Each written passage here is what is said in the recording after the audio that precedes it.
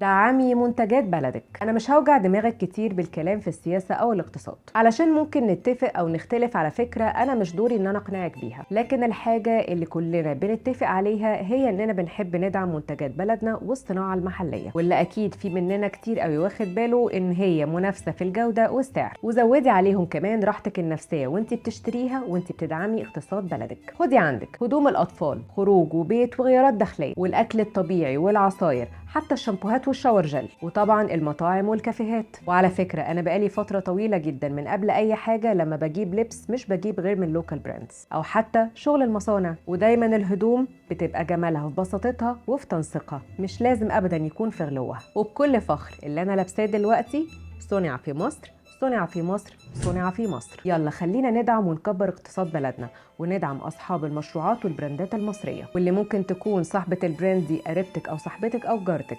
وخلي الخير يعم. يلا ابعتوا الفيديو ده لبعض، وأنا عارفة إن ستات مصر لما بيحطوا حاجة في دماغهم بيعملوها.